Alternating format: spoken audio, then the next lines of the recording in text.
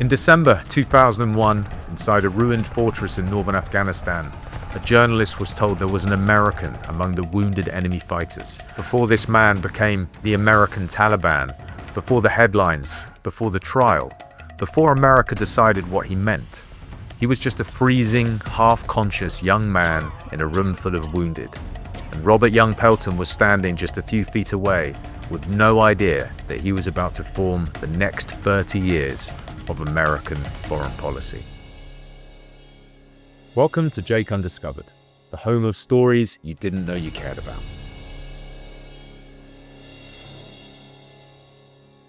The first weeks after 9/11 are often remembered as if everyone knew what was happening. They didn't. America had invaded Afghanistan. The Taliban were collapsing. Cities were changing hands almost overnight. Nobody knew where Osama bin Laden had gone. Nobody knew how long the war would last. And almost nobody knew there was an American somewhere in the middle of it. And the man who would eventually find him was not a soldier. He was a journalist. Not the sort who waited in the lobby of a hotel for the next official briefing. It was Robert Young Pelton, who had built a career going to places most people were trying to flee. I used to take a month off and go to some white spot on the map. And I really enjoyed that. And after the deaths of these mentors, I realized, look, if I don't start doing the thing that I really enjoy, I'm just not going to do it. He was not trying to play action hero. In fact, the oddness of Pelton is that he never quite looked the macho war reporter. Handlebar mustache, and Ned Flanders energy in the middle of a war zone. But that was what made him interesting. He did not perform danger. There's one thing that people probably don't notice is I never did fake shots. You know how journalists do the naughties and they pretend like they're interviewing somebody, or they get the reverse shot or the walk and talk, or they get the setup, early in the morning. I never did that. And I think that rawness, it pissed off my editors, of course, because they didn't have the editing bits. But I think that's what drilled into people's brains. Like, this guy is like this guy that lives in this house in Redondo Beach, and holy shit, he's in Chechnya with the rebels getting bombed by the Russians. The footage he brought back from Afghanistan was not staged. And when you watch it now, it feels strange. It captures a moment before anyone really understood what kind of battle the American war on terror was going to be. In late 2001, Pelton was one of the few people who could actually get close enough to film. He'd been going to Afghanistan before 9/11. He knew the Taliban well. So when the news organization suddenly needed someone who understood Afghanistan, Pelton's phone started ringing. I had been going to Afghanistan ever since the Taliban took over Kabul. I was with the Taliban. I spent 3 years trying to find Massoud, right? I mean, it sounds silly trying to find him, but I mean, getting kicked out and blocked every time I went in there. It was only after the news organizations started freaking out about getting coverage of this, suddenly I became like the best looking guy in the room, right?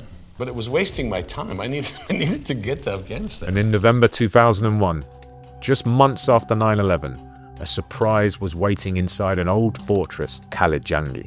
By late November, the Taliban were falling apart across parts of northern Afghanistan. Hundreds of foreign fighters surrendered to the Northern Alliance. Among them, however, was someone who could not have been more out of place. A 20-year-old from Marin County, California. Dirty, exhausted, hungry, defeated. The prisoners were taken to Qala-i-Jangi, a 19th century fortress just outside Mazar-i-Sharif, a place that looked less like a prison than the set of the final battle of Jean-Claude Van Damme's Legionnaire. And according to Pelton, it had also been used as an armory. The idea that these prisoners, and I guess I'll use air quotes on that, were put there is because it was the only walled enclosure that they could put them in, right? In the beginning, what there were a lot of explosions. People were trying to figure out what's going on. Like, how could prisoners be shooting, right? And well, Qala-i-Jangi had been used by the Taliban to collect all the weapons from all the surrounding militias, and they were stacked, 30 feet high inside all these stables. So they had literally put these 460 jihadis inside an armory. The plan seemed simple, except some of the prisoners had already made a different decision. They were not done fighting. They didn't care where they were put. They had grenades hanging below their testicles. They had like a shoelace, right? That went down through their shalwar kameez. And they had pistols and they had these Russian grenades hanging from their balls, right? They were ready to rock and roll. They had guns stuffed in the frame of these trucks. I forget, it was like 4 or 5 trucks. They had guns stuffed everywhere. It was basically, let's put up this front that we're all pals now and we're all going to work together. Among the Americans drawn into the chaos was CIA officer Mike Spann. He'd gone to question the prisoners. The Americans were looking for information. Then someone asked a simple question. So Mike and a guy named Dave Tyson, who's a linguist, drove to Qala-i-Jangi to talk to people, to find out. They were basically looking for bin Laden, right? That was the main point.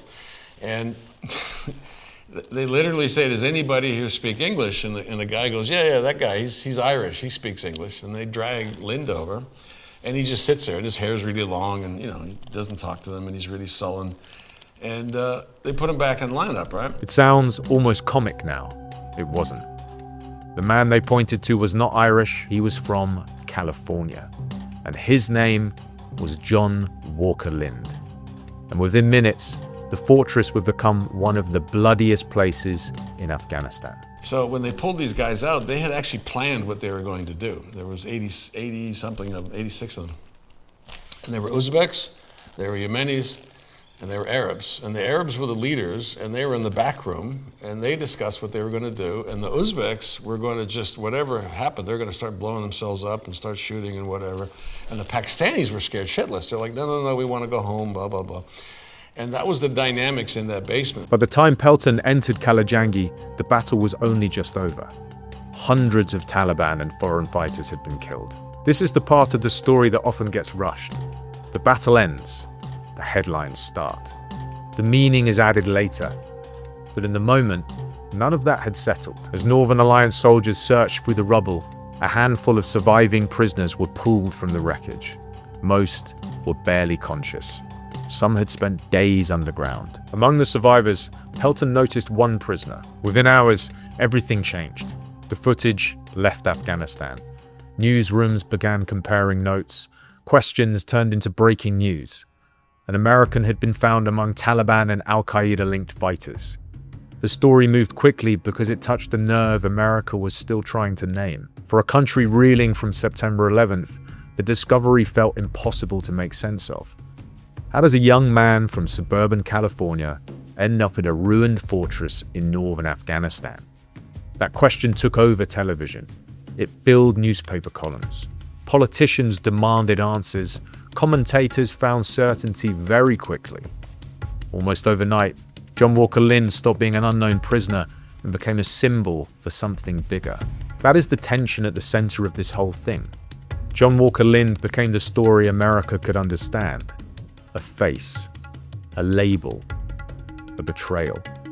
A young man from California on the wrong side of the war. History always looks cleaner once it has been edited. Living through it is much messier. Qala-i-Jangi sits at the beginning of a much bigger story.